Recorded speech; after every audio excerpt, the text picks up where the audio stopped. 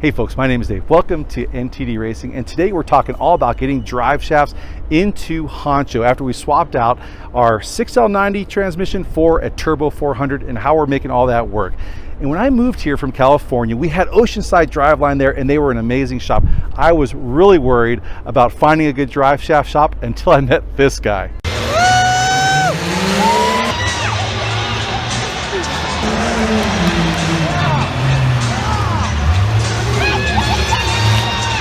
So Bill and his super knowledgeable wife, Chantel, own Bill's Englewood Driveshaft. So this is a story partially about getting a Turbo 400 to work in a desert race truck with, long suspension travel, but it's really also about just, finding amazing customer service and in a place like this. And I just want to tell you about it. People talk about, their gripes and all that all the time. And I just want to tell you about my amazing experience. Let me show you what kind of transmission we're putting into the truck. I'll show you what the problem is and how Bill fixed my problem. Let's go ahead and get to it.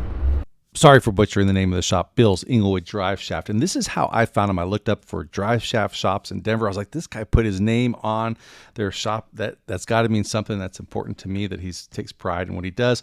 And so if you're looking for drive shaft shops, this is where I found them. They're in Colorado, and you kind of zoom in here to where they're at, just in Denver, kind of south of the center of Denver.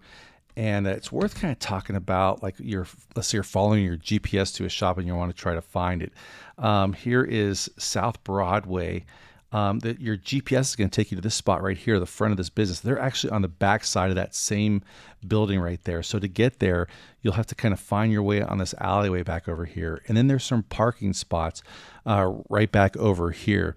And so I found these guys. I gave them a call, and Bill's like, that sounds pretty awesome what you guys are doing. I'll tell you what, I'll be kind of in the area. I'm going to come to your shop. Let's come up with a game plan to make sure you're getting the right stuff for your desert race truck.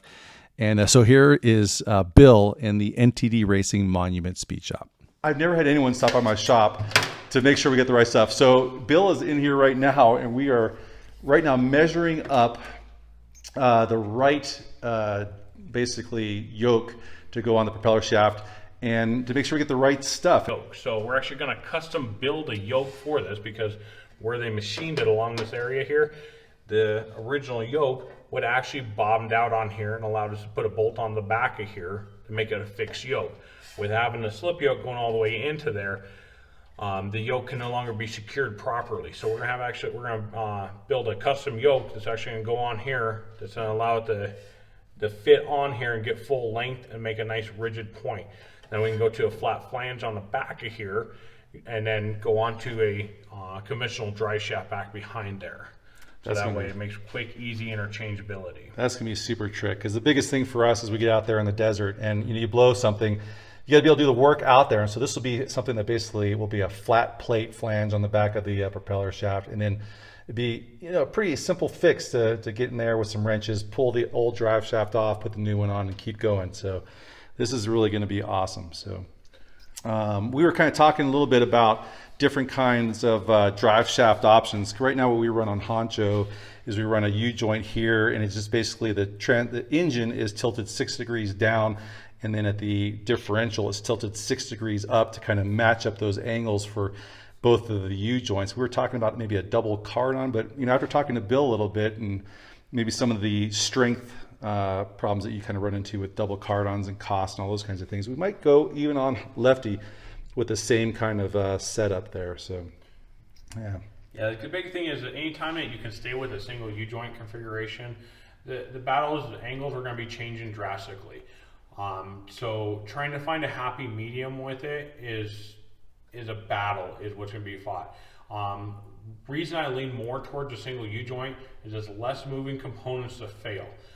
Big problem is with like a double card, even if you're working with 1350, 1410, you're still working with a centering device, so it's a 500 thousandths pin that's hanging out there that they counterbore to put a spring into there. So it's already a weak point. So when you start jumping and you're hitting the throttle hard, we run into big problems. There's so much mass both ways for starting and stopping it.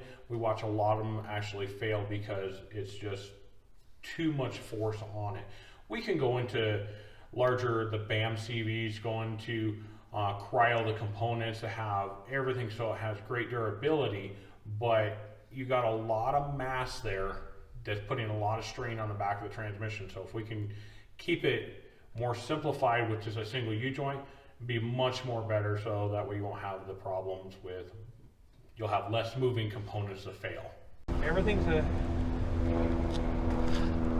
All right, check this part out right here. Bill just got it in. We had it machined, and what he did is he had it machined just a little bit too long. So we're taking some measurements. We're going to cut the back side off of this thing and get it cut just to the right size. I'll be ready to check out the rest of this drive shaft. All right, let's take a look at all the parts here we're going to put on the new drive shafts. All right, so we're going flange. It's going to be 1410 series. We're going all the way through on this thing, so it'll be the same U-joint series all the way through, so there's nothing odd in the mix. We got our billet yoke here. We're going to, this is going to be Spicer 1410 flange. We're going to 3.5 inch splines, which will have 4 1/4 inches of spline travel. So, which is way more than what we're set with before. Have plenty on it, so you don't have to worry about it. These are the larger 1.556 splines. So we went to the biggest, best. We go to the fine spline. The reason I like the fine spline, evens out the load capacity through there, so you get long, durable abuse time on to have fun. So what did this thing start as? This thing looks beautiful. We actually had this machined for us. So it started out with a solid billet component, and as machined, they broached the splines in it to make a nice 32 spline component to make it the bolt-on, to make the bolt-on yoke for the back of the Turbo 400. This goes to the Ford Pilot 2-inch Pilot.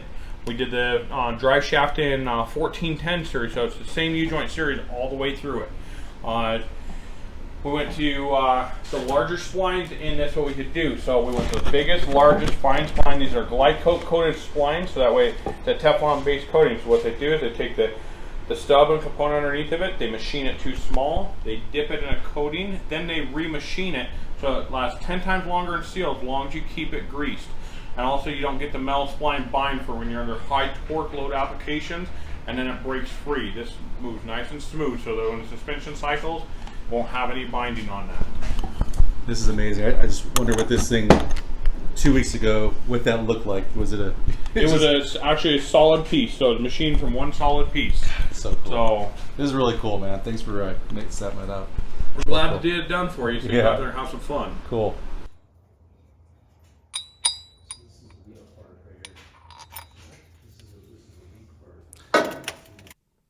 All right, it is so nice to be getting Honcho back together, and you can kind of think about all the things. When you switch a transmission, you got to change the mounts of the transmission, you got to change the shifters and the drive shafts and all that stuff. So these are the last parts, and they're just super high quality. I really love the way that these drive shafts came off, especially that custom-made piece that's going to allow us to run a fixed yoke on the back of the transmission. I think that Bill just did a great job making that. We're having a second one made for our other truck named Lefty, and I'll tell you, they made it at a very reasonable price. I was super surprised at how well they were able to do that, and the quality and the fitment of that thing is just amazing. And it's just really cool working with Bill because he gets it. He is a racer, also has his own race trucks, and so we just kind of spoke the same language, and just the customer care and just the attention to detail and those kinds of things from Bill.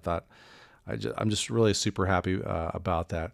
Also, just how concerned he was with my timeline, because he gets it. We got races coming up. By November, I have to have 2 trucks ready to go, and I can't be handing off my timeline to other people. And so, it goes to Bill. Then I went to another person who was machining this part, and he kept me updated, man. He was giving me texts all the time on what the timeline was. We ran just like about a week late or something like that. He let me know exactly when it was going to be there.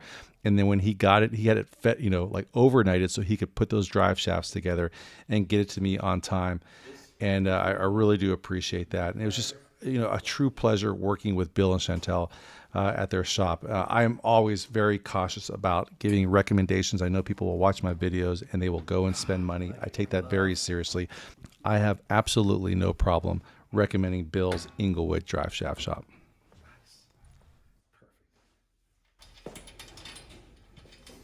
Well done, Bill. Perfect.